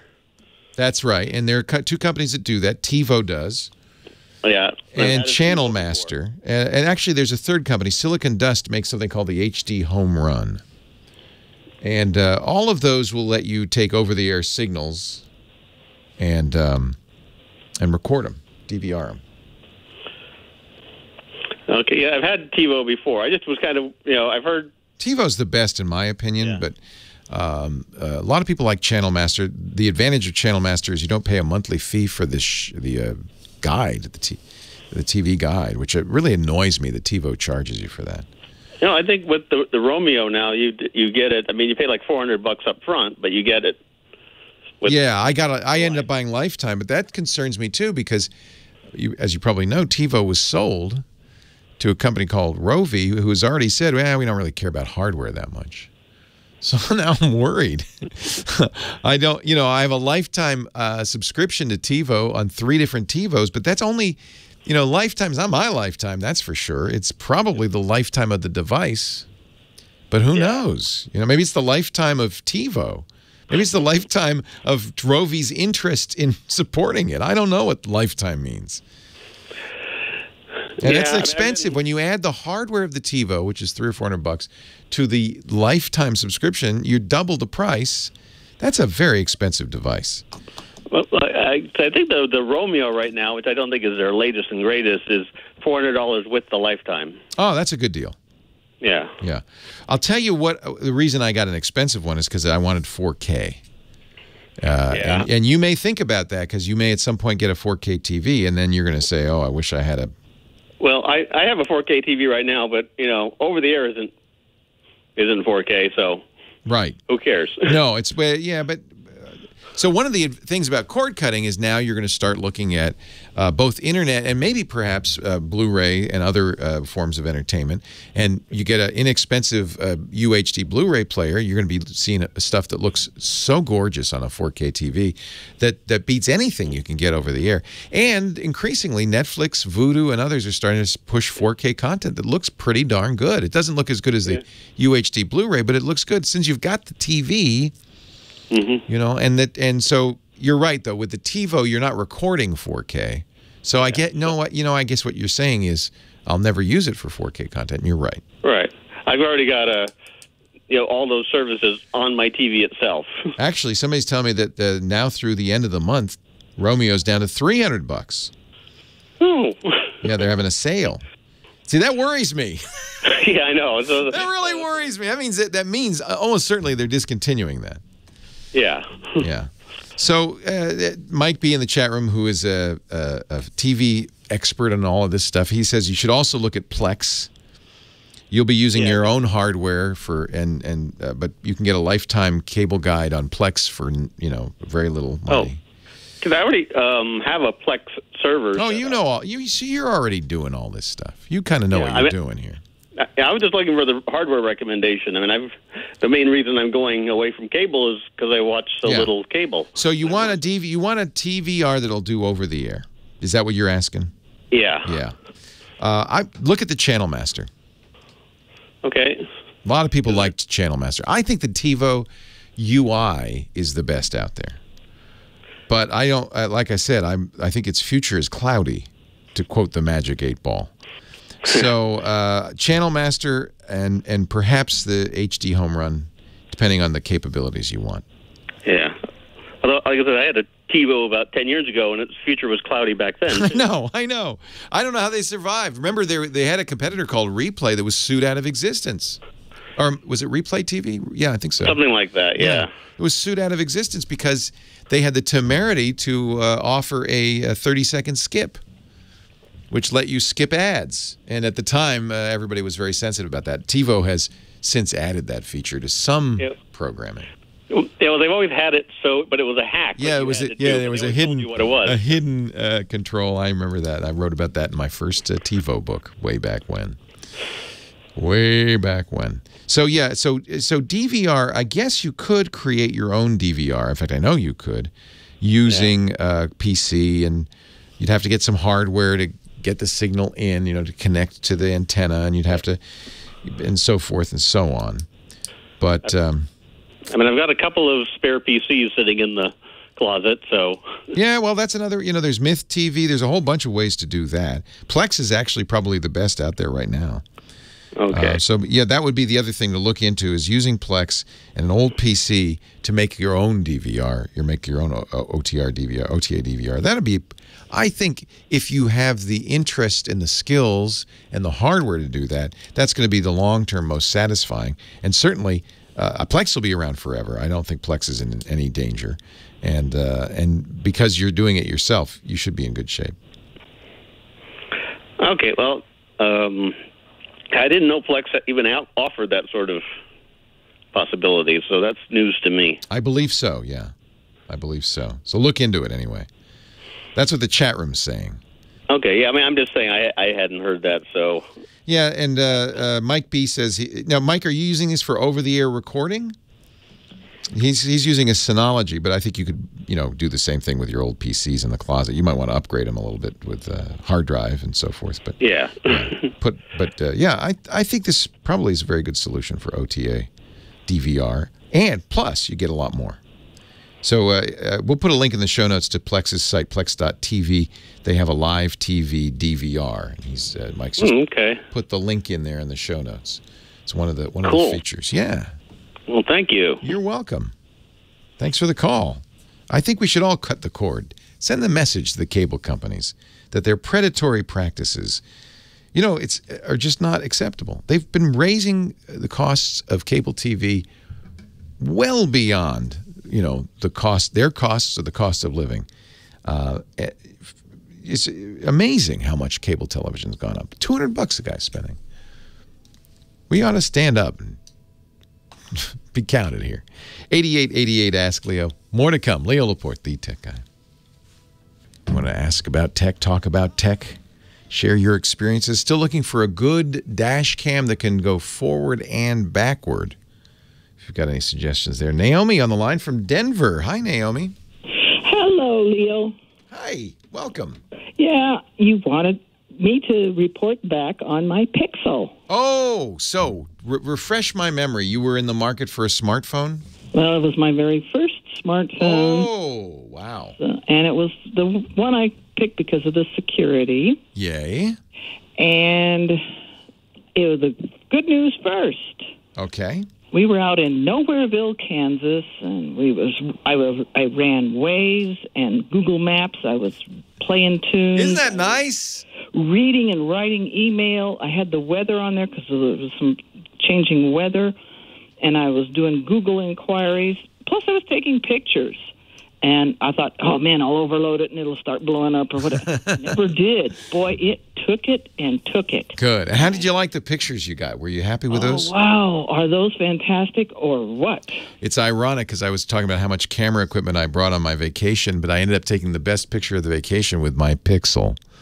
It's a little frustrating. It really is a good camera. They built a very nice camera in there. Okay, so what's the bad? However... And you knew there would be one. You warned me. Yeah. I couldn't make or take phone calls unless I would clear the cache, turn it off, turn it on, and then it was intermittent. Maybe 2 or 3 times you had to turn it off. Now, is this everywhere or just in this remote location? everywhere. Oh no, that's Even not in Denver, right. And whose cell service are you using?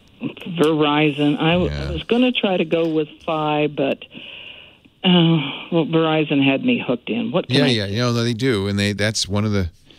If there's an industry that's nearly as predacious as the cable industry, it would be the cell phone industry. Well, I agree. You put the two together, and I think most of the problems in this country come from those two companies. Who needs them? Enemies. Exactly. Right here. So there's something wrong with your Pixel. That's not I make phone calls all the time. Obviously. Anyway, yeah. I would get these things with, your phone is not responding. Please do this. Give feedback. So I would give these flaming feedbacks, like 15 and 20 at a time. No, there's no one at Google actually reading those. Oh, it's probably Verizon. Well, maybe. Then we go on, and so then I thought. Did you get it at a Verizon store? I took it to a Verizon store. No, but where'd you buy it? They didn't even have the key to open it. They didn't even realize you had to change the SIM card. Oh. It's like this guy had been there for maybe 2 days, and the manager had been there maybe a week. Verizon, is notorious for not really supporting anything but a handful of phones, mostly iPhones, that they really want to sell. In fact, Microsoft credits Verizon with the failure of Windows Phone because they said you could never buy one there. They sold them, but good luck finding them. So I would imagine the same thing with the Pixel. I had a Verizon Pixel that I used for actually as I traveled around the world last year, and I found it to work beautifully. So you got a lemon. You got a lemon. That's what happened. Right. So here, let me explain. So then I, did all the flaming feedbacks. Nothing. No response. So then I did chats. Oh, that's exciting. The reason you can't reach them by phone, period. Oh, no, they don't want to. That's too expensive. Yeah. Right. And this is this Google or Verizon? Are you talking to Google or Verizon at this point? Well, I don't know. I took the Google thing. It says, help, we're here 24/7. Yeah, but did you buy it? Where'd you buy it? I pre-ordered the thing. I pre-ordered the silver. From whom? From Google or from Verizon? From Google.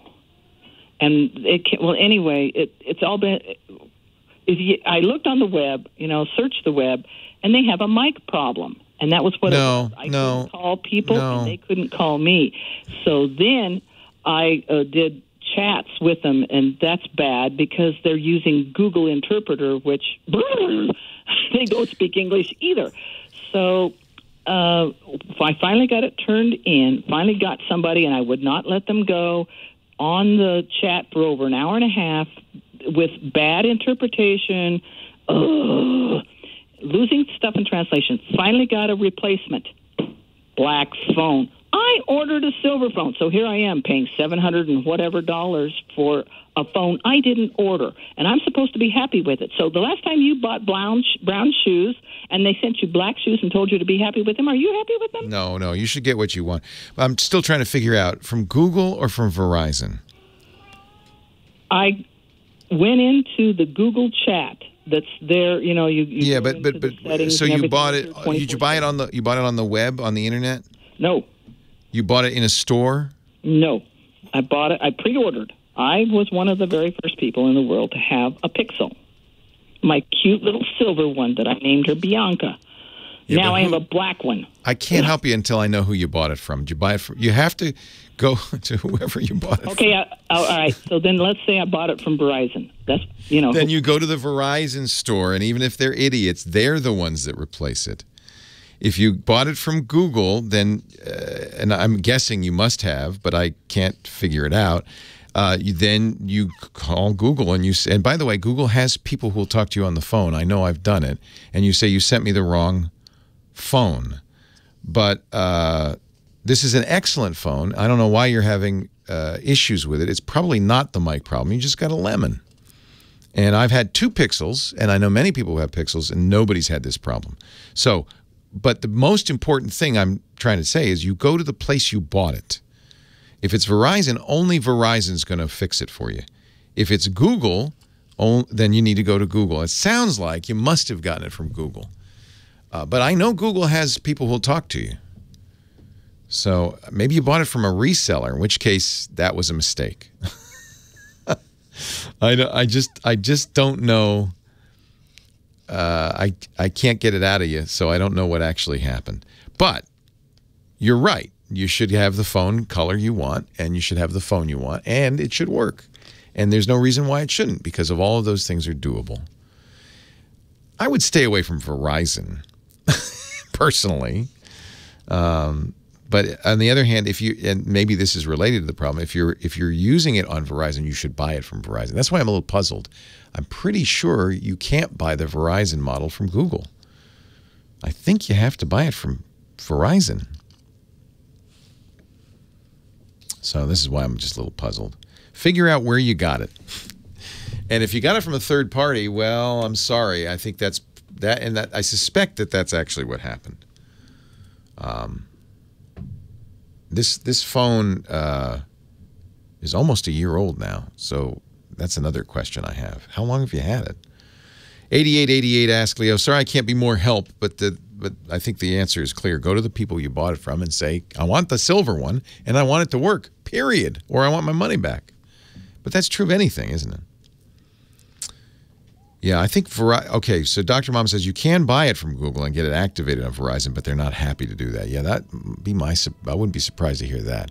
Get it from Verizon if you're going to use it on Verizon. That's for sure. Leo Laporte, the tech guy. On with the show we go with Benny in Pasadena. Hello, Benny. Hey, Leo. So my question is, here, let me get you off the speaker. Okay, sure. That'd be great. I basically, I'm not trying to think my devices, like my phone, my tablet, my notebook. I do one thing on one, and it doesn't appear on the other. Yeah, that's pretty much how it's supposed to be. Oh, okay. But I have to say, your expectation is not unusual, because now we do so much cloud-based computing that a lot of times people say, oh, yeah, I make a document here, and I should be able to open it and edit it there. But that's only relatively recently. You know, in the past, nothing was connected. Everything had its own storage, and that's where your documents were. So you would like to work on something on your laptop and have it be visible on your phone and on your tablet and all of that. Yeah, for example. It's good. Yeah, a number of ways to do that. What kind of documents are they? Are they writing? Are they notes? Well, I mean, like, for example, like even an email that I look at. Yeah. I'll go to another device. That's a perfect example, because that's something that's changed over the last few years. For a long time, when you had an email system, they used a protocol called POP, Post Office Protocol. And the way it worked is you would log in to your email provider, download all the email onto your computer, and then log off, and the email provider would delete all that mail. And so the only copy would exist on your computer. The problem was, as you've noted, as people noticed after a while, as they got more computers, they got more devices, now we all have smartphones, that didn't work so well, because you had different copies of the mail in different places. And if you sent something, you'd only see it on the place you sent it from, not the other devices. So a new protocol became more popular. It's not new in the sense that it's younger than Post Office Protocol. It's only a little younger, but it became very popular, called IMAP. And it's exactly what you want, which is your mail isn't stored on your local device. Your local device just has a snapshot of the mail that's stored on the server. So who do you get? We'll solve this one at a time. Who do you get your email from? Gmail. Okay. So Google has a copy of all your mail. And in fact, if you only use your browser and you go to Gmail, that's the official copy in your browser. Everything, if you haven't deleted it, everything that you've written is there. Everything you received is there. And if you're using Gmail on your laptop, as long as that laptop knows it's Gmail, it won't. It'll have the same stuff. Your phone should have the same stuff. You should see the same email everywhere. Okay. What are you using? Tell me what kind of hardware you have. What kind of smartphone? Oh, are you sitting down for this one? It's a Galaxy Samsung S2. Oh God, no! You know what? That was a great phone. It's what we call these days a classic.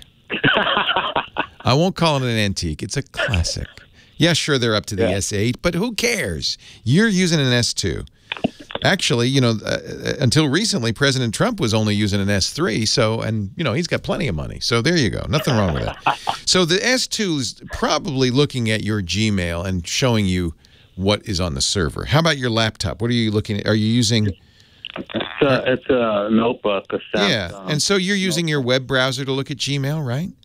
Yeah. Yeah, so your mail should be exactly the same on your phone as is on your laptop. What's happening? You mean mail is that you think is there isn't there, or? Yeah, like for example, on my S2, when I pull up my email, it's behind. It's not updated. Like, oh, well, wait a little bit and it'll update. So that just means the S2 isn't getting the email behind your back. But that's not a bad thing. That's probably to save battery life. If it's, you know, if a program is always getting the mail, it's using your battery. So just wait a little bit, or you can check the settings in the mail program and make sure that it updates whenever you open it, and that way it won't be behind. It just hasn't caught up yet, but your mail's still there. And actually, I'm glad you mentioned the mail, because that's a perfect example of something that's stored on a server, and then each of your devices looks at it. Apple, Microsoft, everybody these days is kind of moving in that direction. For instance, nowadays when you use Microsoft Office, by default, when you save a document, it doesn't save it to your hard drive. It saves it to Microsoft's cloud service, OneDrive. And by doing that, that means that when you open your Microsoft Word on any device, it'll see the same document, because it's not loading it from the device, it's loading it from the cloud. That's why the cloud is so big these days, because it's a centralized place for all your stuff to live. And it solves that problem of having different versions of documents and emails on different places. So Gmail is really, for most people, the first cloud service they ever used. Gmail's 11, 12 years old now. It was certainly the first web app, and it really took off like crazy for that reason, I think. Because finally, I have one email account, and I see the same thing no matter how I look at it, what device I look at it. So I think it's just a question of you paying attention to where you're storing documents. If you make a document on your laptop and you store it on the laptop's hard drive, it's not going to be copied anywhere. It's not going to be available anywhere. But there are plenty of services out there that you can use. Microsoft's OneDrive is one. You probably heard of something called Dropbox. That's probably the most popular of these. If you save a document in your Dropbox folder, then it's automatically copied to every other computer that's running Dropbox, including your S2. So no, I'm not talking to you. I have to turn off my Amazon Echo. I foolishly set it up so that the keyword, the trigger word, would be computer. How often do you think I say computer on this show? A lot. You're going to have to go mute her. Anyway, that's why we use cloud services. Now, there are people who say, well, I don't. It's so funny because we get calls from both directions. I don't want to store my stuff on Google or on a Microsoft or on Apple. I want to have my stuff private. Well, then you have to create your own cloud or figure out some way else of getting documents on every device. So it's just use cloud services. That's why we like them so much. If you use a Chromebook, for instance, the Google Chromebooks I'm always talking about, they come with very little storage, because most of the time, whatever you're working on is stored on Google Drive. That's Google's version of this. And so it's available. In fact, the beauty of that is if you lose your Chromebook, or if you want to wipe your Chromebook and start over, you don't have to worry about your data, because it's all up in Google Drive, and you just log into your account and you got all your stuff again. So I would suggest looking into the idea of storing your data on the cloud as opposed to storing your data locally. I think that'll solve your problem. Stuart, Beverly Hills, Leo Laporte, the tech guy. Yeah, hi, Leo. This is Stuart Miller. How are you? Hi, I'm very well. How are you? Good. Very well. Very well. Thank you for taking my call. I have a question. I'm looking to buy some backup software for my home computer and a home business. Yep. And I bought a external SSD hard drive from Samsung, and in order to copy the files. But I'm also looking at some software to be put on the computer. And the things I'm looking on the internet is one is offered by Acronis. There's a Crash Plan. Yeah. I'm also looking at Norton Just to because I'm using them already to upload my files that way. I'm really glad that you're thinking about backup, because this is really kind of basic plumbing. People often don't want to think about it, but it's so important to make sure your data is safe. If you're using Windows, which I think you are, you have backup software already built in, including imaging software. That's what the Acronis does, is it makes an image. So if you just press the Windows key and type backup, you'll see there's a variety of choices there. And frankly, in Windows 10, I'd probably just use what they come with. That's fine. Here's what I would tell you about backup software. I prefer backups that I can look at the result and see all the files. Microsoft's backup and most others make giant blobs, and I don't trust those quite well. So when we come back, I'll talk about that, and I'll do an ad for our sponsor, because they do a good job too. Leo Laporte, the tech guy. Leo Laporte, the tech guy. 8888 Ask Leo. We're talking to Stuart in Beverly Hills about backup. And he asked in particular what my favorite backup program is for Windows. And frankly, I just use Windows. But I also, Windows doesn't meet one of my key criteria, which is that I want to be able to see the tree structure as it's backed up. So, you know, the real truth is you probably should use multiple systems. Not multiple programs, but multiple systems. And the reason is you want one that's backed up right next to your computer, because that's the near-line backup that's quick to get to. If you just, I messed up this file, you can get it right away off that hard drive. And for that, Windows backup is fine. People are mentioning Ease US. They make some free solutions that are very good, EASEUS.com. We'll put this all in the show notes. We'll put a fairly long list. There's Macrium Reflect. A lot of people like that.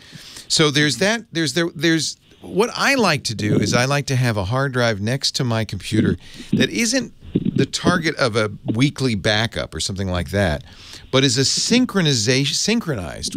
So I say these are the 5 folders I want to always back up. Most, my documents is probably one of them. My pictures might be another one. My music might be a third. So you figure out which folders you want automatically backed up. And then you use a program. People are recommending Resilio, R-E-S-I-L-I-O, Sync, which is a very good one, to run in the background and keep the external drive folders synchronized with the internal drive folders.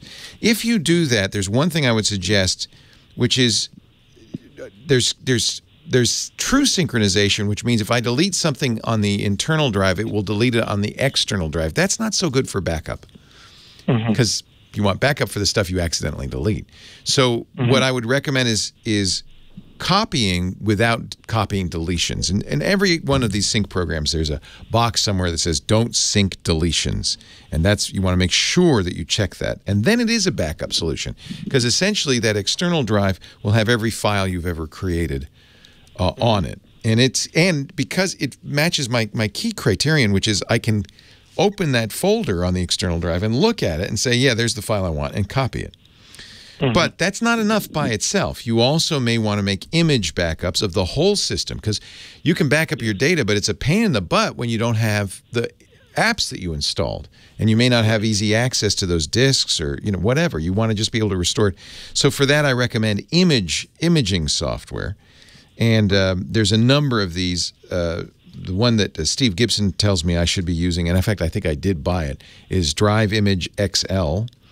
But there are a number of these. We'll put all of this information in the show notes.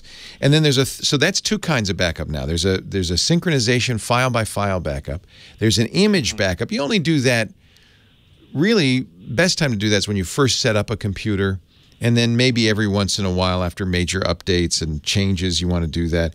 But it's not a good way to back up data, because data changes more rapidly than you're going to make image. You don't want to make an image copy all the time. That's too much work. Right. So you got an image copy you do periodically, quarterly, let's say. You've got real-time, constant synchronization going on. And then you want a third system, which is off-site. And this is the one that's really important. You mentioned a crash plan. That's basically what Crash Plan does. There are a number of companies, including our sponsor Carbonite, that do that. And what they do is very much like the synchronization software. They run in the background on your computer, but instead of copying it to a local disk, they're copying it to the cloud. And the reason you want that is like for a real disaster where you lose everything. Right. And I would like to have all three. In fact, I do have all three. Because then... That's what I'm going to do. Yeah, they match different needs, right? Sometimes you just say, oh, what was that file? Oh, it's not on the hard drive. Maybe it's here. And then sometimes you say, oh, gosh, I need to change the hard drive and restore everything. That you do in conjunction with your image and your backup. And then the third one is, well, there was a fire. I lost everything, but at least it's all safe in the cloud. Right. Okay, and you're going to only back up your data on that because you're backing it up over the internet, so speed is an issue. You don't want to back up too much over the internet. You're not the operating system. Yeah, I'll do that on the... Yeah, not apps, not operating system, just data that you've created. Okay, perfect. Thank you so much. My pleasure. Validating my research. Oh, good. I'm glad your research validated my thoughts.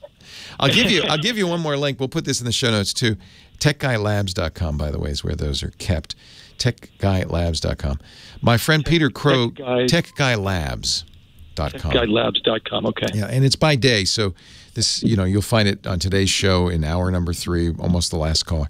My friend Peter Krogh is a photographer. Photographers are obsessive about this because, you take a wedding, you shoot a wedding, you can't lose those pictures. They're not going to restage the wedding for your behalf. And you don't want a bridezilla at your throat. So you want to make sure that any images you take are preserved.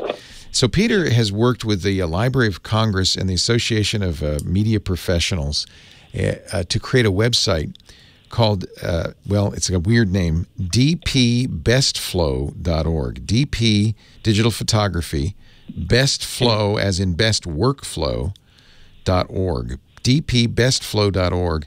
On there, he has a whole article about what he calls 3-2-1 backup, and it is kind of what we just described. If you're doing research, I would read this. It's enlightening. It gives you an idea of why you're doing these different kinds of backup, what disaster scenarios exist. One more thing, and I don't think I got this from Peter, but I always say it, is remember, it's not a backup if you delete the original. A backup implies multiple copies. That's right, yeah. Right? That makes sense. But I think there's a lot of people say, oh, and it's all backed up, so I'm just going to erase it now. That's not a backup. Yeah, that's why I got the external solid-state drive as well, just to very good have a physical copy. Exactly. I'm going to do the cloud copy as well and keep one on the computer. So. That's basically 3-2-1 means 3 copies of everything, 2 different media, 1 in the cloud. That's in a nutshell what he's saying. Hey, thanks for the call. Okay, be well. Take care, Stuart. You too. Which brings up our sponsor, Carbonite. Big part of the 3-2-1 backup solution. They're the one in the cloud. You want a cloud backup solution that's automatic. You don't have to think about it. Continuous. So you change a file, boom, it's backed up. And reliable, obviously. And I think affordable. Carbonite's all of the above. And more importantly, Carbonite is planned for every user. Mac or PC, home or office. If you're in a business, all this gets twice as important, right? Because your data is your business. Nowadays, you lose your data, you might be out of business. Go to Carbonite.com, read up on this. They've got a great, talk about research, a great resources section on the office side with lots of white papers, including how to avoid getting bit by ransomware using Carbonite. And this is important, boy, so important these days. Carbonite.com.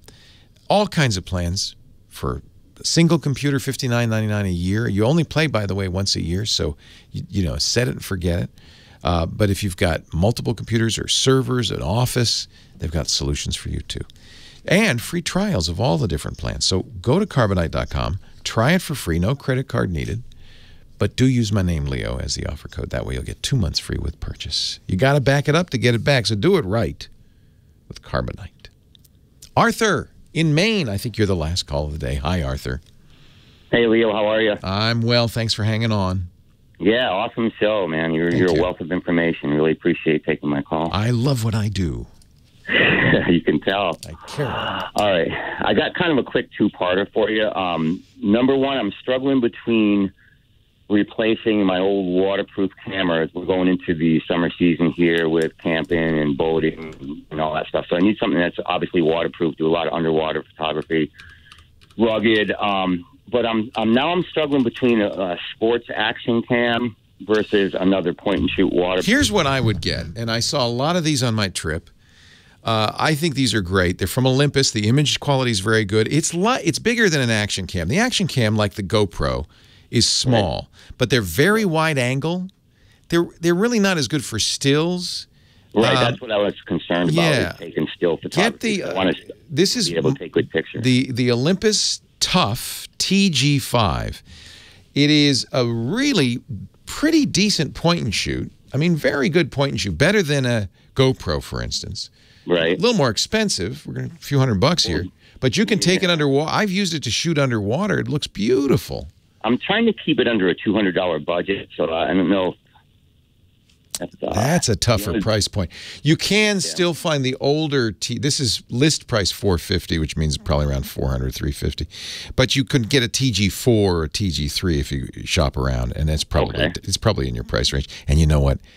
I don't think they really improved them that much. A few more megapixels. That's about it. A TG3 or 4? Yeah, just the Olympus Tough, and just get the one you can afford. Ricoh, which bought Pentax, also makes a similar camera, and I had the Pentax version of that. Those are very good. You might be able to find those around $200, but you're going to love those, and it's I think much more versatile than just a GoPro or some other action cam. Hey, we're out of time, but thanks for joining me. Thanks to Michael Cozier, our musical director, Kim Schaffer for answering the phones. Thanks to you for being here. I'll see you next time. Leo Laporte, the Tech Guy. Well, that's it for the Tech Guy Show for today. Thank you so much for being here. And don't forget, it's just the tip of the iceberg. We do nearly 30 shows on the Netcast network. It's called TWIT, T-W-I-T. It stands for This Week in Tech, and you'll find it at twit.tv, including the podcasts for this show. We talk about Windows on Windows Weekly, Macintosh on Mac Break Weekly, iPads, iPhones, Apple Watches on iOS Today, security on Security Now. I mean, I can go on and on and on. You even get your daily dose of tech news with Tech News Today. And, of course, the big show every Sunday afternoon, This Week in Tech. You'll find it all at twit.tv. And I'll be back next week with another great Tech Guys show. Thanks for joining me. We'll see you next time.